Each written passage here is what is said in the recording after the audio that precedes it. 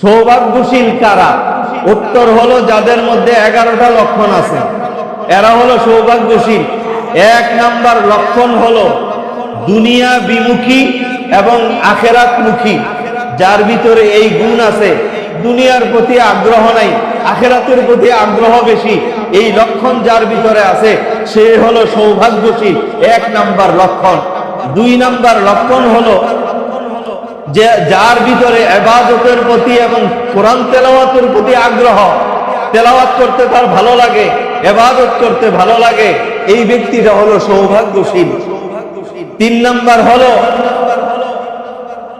যে নাকি অপ্রয়োজনীয় কথাবার্তা কম বলে, অপ্রয়োজনীয় কথাবার্তা যে কম বলে, এই লোকটা হলো সৌভাগ্যশীল। 4 নাম্বার হলো যে নাকি 5 ওয়াক্ত নামাজ নিয়মিত পড়ে। বলেন 4 নাম্বার, 5 ওয়াক্ত নামাজ নিয়মিত পড়ে, এই লোকটা হলো সৌভাগ্যশীল। আর 5 নাম্বার হলো যে হারাম সম্পদ এবং সন্দেহযুক্ত কোনো সম্পদ বা বিষয় থেকে সতর্ক থাকে, এই লোকটা হলো সৌভাগ্যশীল। 6 নাম্বার হলো যে নেককার লোক, আল্লাহ ওয়ালাদের সোহবত সহচর্য এখতিয়ার করে, ওনাদের সাথে মাঝে মাঝে একটু সময় কাটায়। আছে না অনেকে একটু ইমাম সাহেবের সাথে বৈশা অল্প সময় একটু সময় কাটায়, আল্লাহ ওয়ালাদের সঙ্গে বৈশা একটু সময় কাটায়, এরা হলো সৌভাগ্যশীল।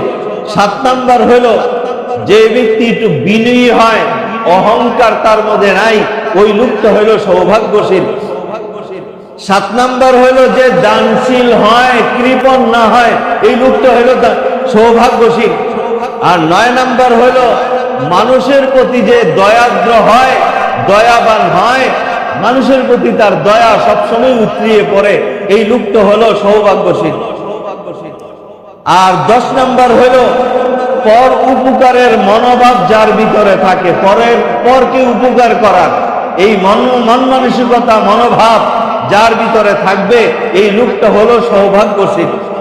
11 নম্বর হলো যে নাকি মৃত্যুর কথা স্মরণ করে, যার ভিতরে মৌতের কথা স্মরণ হয়, আল্লাহর নবী বলে আমার এই উম্মত হইল সৌভাগ্যশীল। এই 11টা লক্ষণ আপনাদের সামনে বয়ান করা হলো। 1 নাম্বার দুনিয়া বিমুখী, আখেরাতমুখী যে হয়, এই লোকটা সৌভাগ্যশীল। 2 নাম্বার হলো যে ইবাদত এবং কোরআন তেলাওয়াতের প্রতি আগ্রহশীল। 3 নাম্বার হলো অপ্রয়োজনীয় কথাবার্তা যে কম বলে। 4 নাম্বার হলো নামাজ, 5 ওয়াক্ত নামাজ যে নিয়মিত পড়ে। 6 নাম্বার হলো হারাম মাল আর সন্দেহ